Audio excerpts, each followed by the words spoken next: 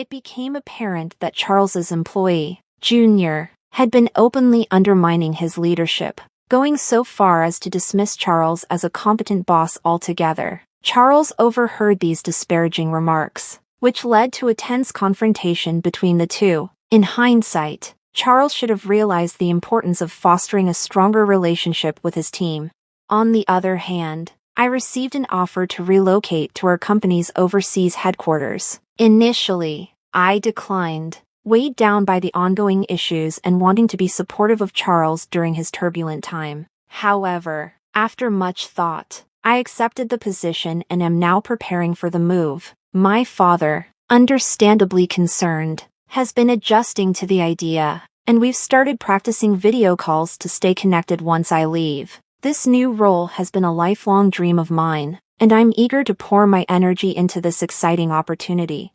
As for Charles, he rarely contributed to household chores, yet this never seemed to bother Angela. When they went out, Charles typically took the lead, allowing Angela to relax and enjoy herself without stress. Their relationship seemed balanced, or at least it appeared that way. Everything shifted when Angela's mother suddenly passed away. Angela was at work when her father called to inform her that her mother's condition had taken a sharp turn for the worse, and she had collapsed. Rushing to the hospital, Angela barely had time to say her goodbyes. She decided to stay with her father to help manage the funeral arrangements. When she informed Charles, he claimed he couldn't leave work on such short notice. As a result, he missed the wake and only arrived in time for the funeral. Unprepared for the occasion, Charles hadn't even dressed appropriately, and I found myself in a frantic scramble to find something suitable for him to wear. Despite my efforts, he made no effort to hide his irritation, blaming me for not having prepared his clothes in advance. The heavy emotions surrounding the funeral, along with the responsibilities that came with it, made Charles's complaints even harder to bear. I eventually decided to ignore them, hoping to avoid a confrontation, but this only seemed to worsen his mood. Since that day, our marriage has become increasingly strained, with arguments becoming more frequent. Disagreements aren't uncommon after 4 years of marriage, but Charles's behavior has grown more combative. He constantly insists on making decisions and dictating what I should do, and it's been draining. I've tried to push back a few times, but his unfamiliarity with the simplest things in our home has turned minor tasks into drawn-out frustrations, accompanied by his never-ending grumbling. As time went on, I realized it was often easier to handle things on my own. Even though Charles continues to make demands, I haven't always followed his instructions, opting instead to take care of tasks independently to keep my life running smoothly. Recently, I brought up the upcoming gathering to mark the first anniversary of my mother's passing. When I reminded Charles, his response was indifferent at best. He complained about an important meeting scheduled on the same day, questioning how he could possibly attend the memorial. His excuse was that he couldn't delegate his work, especially since his recent promotion, which he never missed a chance to flaunt to his junior staff. I was barely able to contain my frustration as I tried to convey how important the memorial was to me. It was painfully clear that he prioritized his new title and responsibilities, often leaving me to manage everything on my own. No matter how much I urged him to focus on our family's needs, his work always seemed to come first.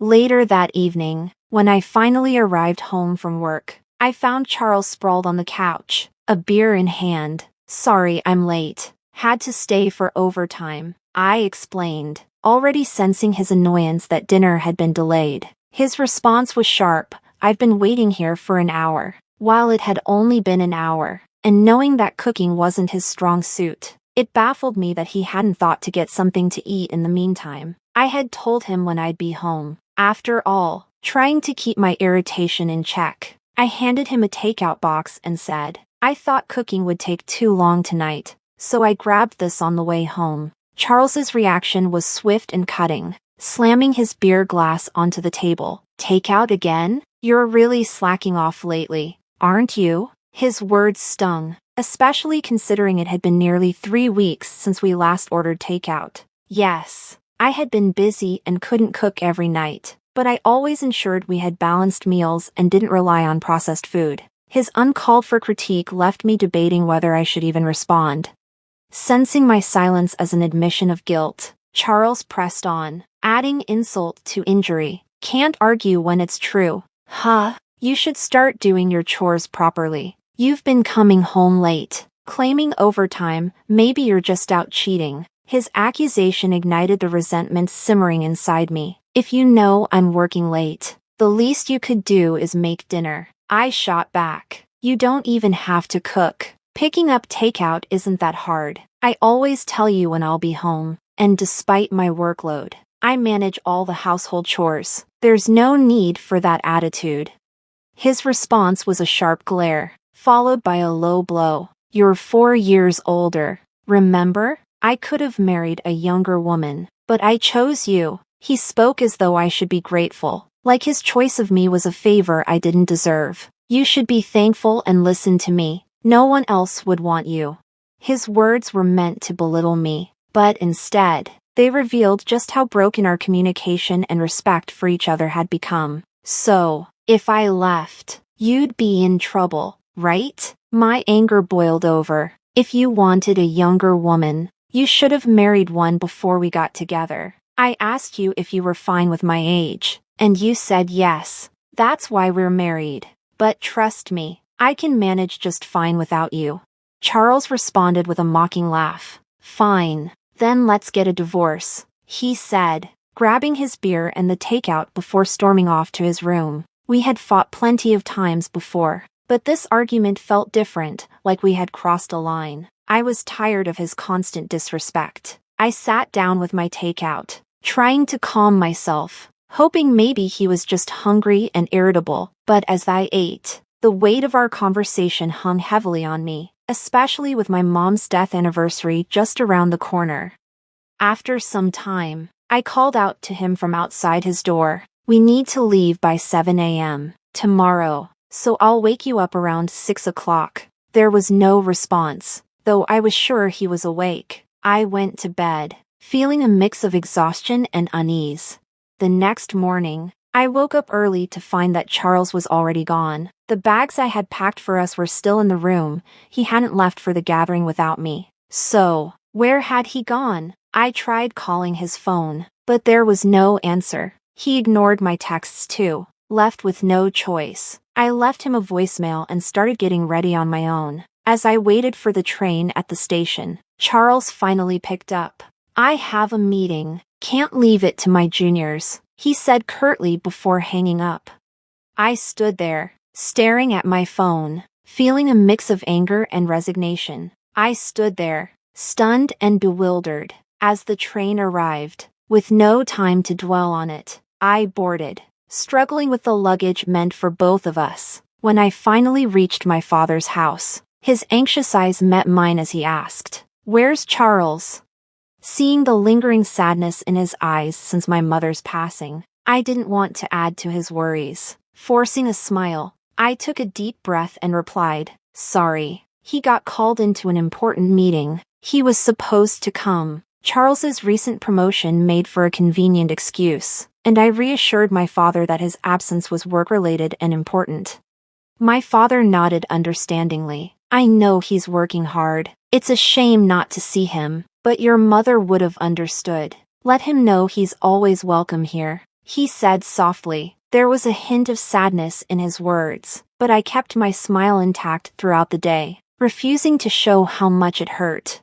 The day passed without a word from Charles, and as night settled in, I chose not to reach out either. I decided to stay the night at my father's house and return home the next day. As planned, though it felt almost childish, the thought of making Charles his favorite meal, hamburgers, crossed my mind for when I got home. The following day, I left my father's house and returned home around noon. Before heading out to the grocery store, I wanted to drop off my bags. As I walked into the living room, I immediately noticed Charles's dirty laundry scattered across the floor, a sight I was all too familiar with. With a sigh, I thought, he still hasn't learned how to use the washing machine. I tossed his clothes in with mine, and after a brief moment, headed back to the living room.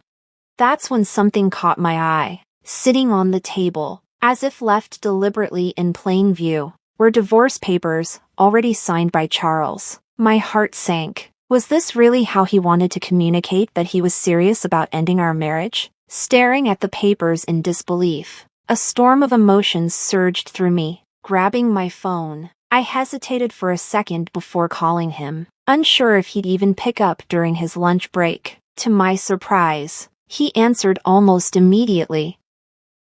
"What's the meaning of these divorce papers?" I demanded, my voice a blend of confusion and anger. Charles responded with a cold, mocking laugh. "What's there to question? It's exactly what it looks like. I don't want an older wife who won't do her chores. That's why I want a divorce. If we split, I can find a younger wife. A wife's like a status symbol, right? I can't exactly boast about you." His words hit me like a punch, reducing our years together to nothing more than a transaction, turning what I had believed to be a partnership into something shallow and superficial. Charles continued, his tone indifferent. "It's tough when my team asks about you. It's awkward avoiding the topic." I was speechless. His blunt criticism was stunning, and I found myself unable to respond. "If you don't want a divorce, then start doing your chores properly," he continued, as if this was a reasonable request. "I'll be home as usual tonight, so don't forget to grab some beer. If you disagree, take the divorce papers to court. It's up to you." With that, he hung up, leaving me reeling, my mind spinning with shock and disbelief. Charles probably assumed I'd give in to his demands, thinking that I did the housework because I was afraid of losing him or worried about appearing incompetent. Perhaps he saw himself as the dominant figure in our marriage. Some might think being married to a younger man sounds exciting, but in reality, it was far from glamorous. I had often played up his youth, but if I was honest, Charles was painfully average in looks, personality, and income. There was nothing exceptional about him. Describing him as younger had merely been convenient. When we first got married, the 4-year age gap had seemed more noticeable, but now, in our 30s, it felt trivial. It was exhausting to constantly be labeled the older wife when we were essentially the same age. Fed up with his arrogance and the hollow foundation of our marriage, I grabbed my bag and headed straight to the family court. Submitting those divorce papers felt like lifting a weight off my chest.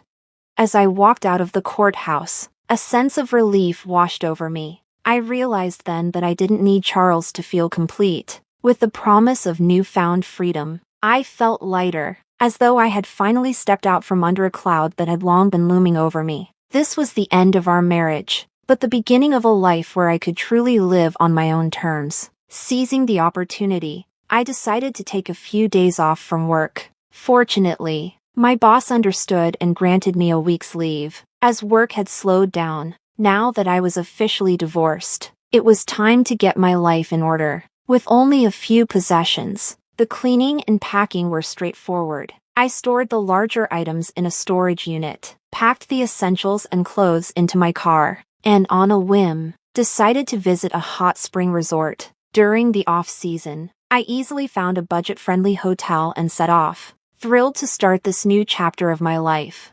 I was savoring the peaceful atmosphere of the hot springs and enjoying the relaxation of my hotel room when my phone rang abruptly.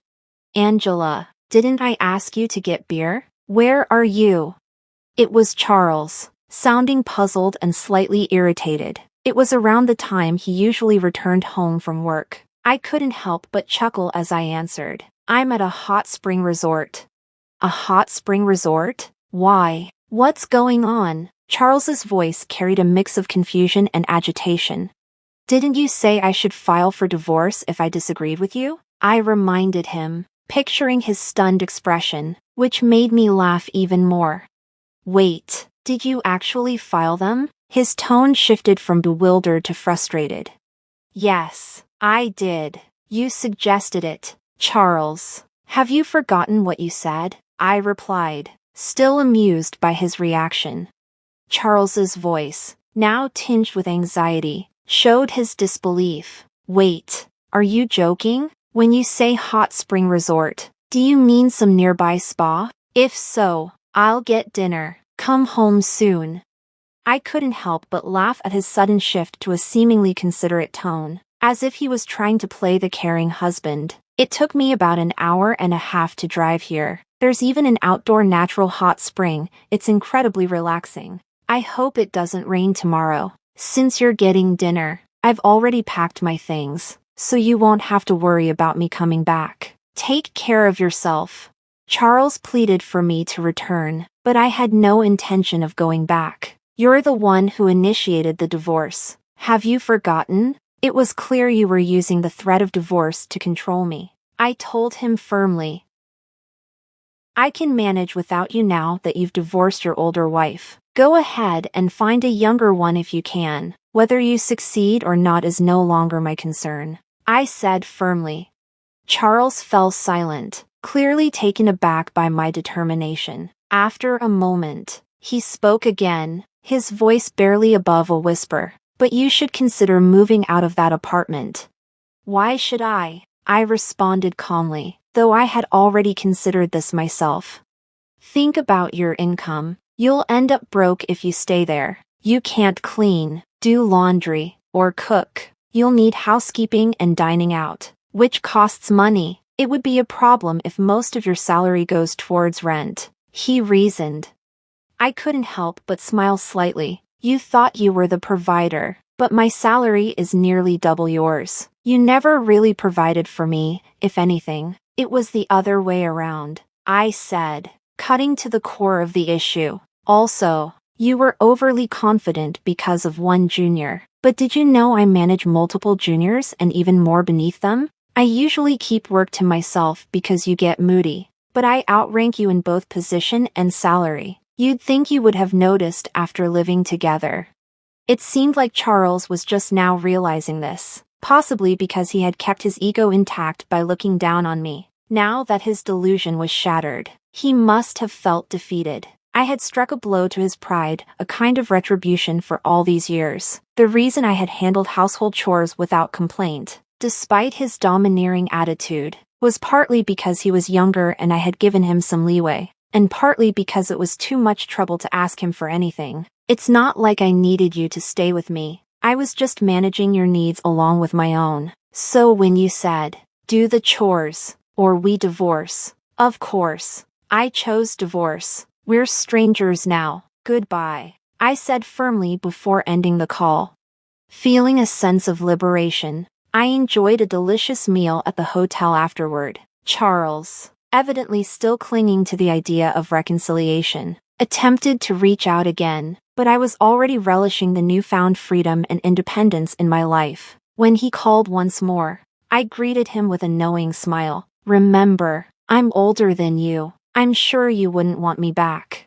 It seemed that Charles's search for companionship with younger women had not been successful. Eventually, he realized his situation was not favorable and decided to move out of the apartment. To handle the division of assets, I hired a lawyer to ensure I received more than just an equitable split. I sought additional compensation to reflect the years I had managed most of the household chores. Charles, always looking to cut costs, opted against hiring legal representation, giving me a considerable advantage.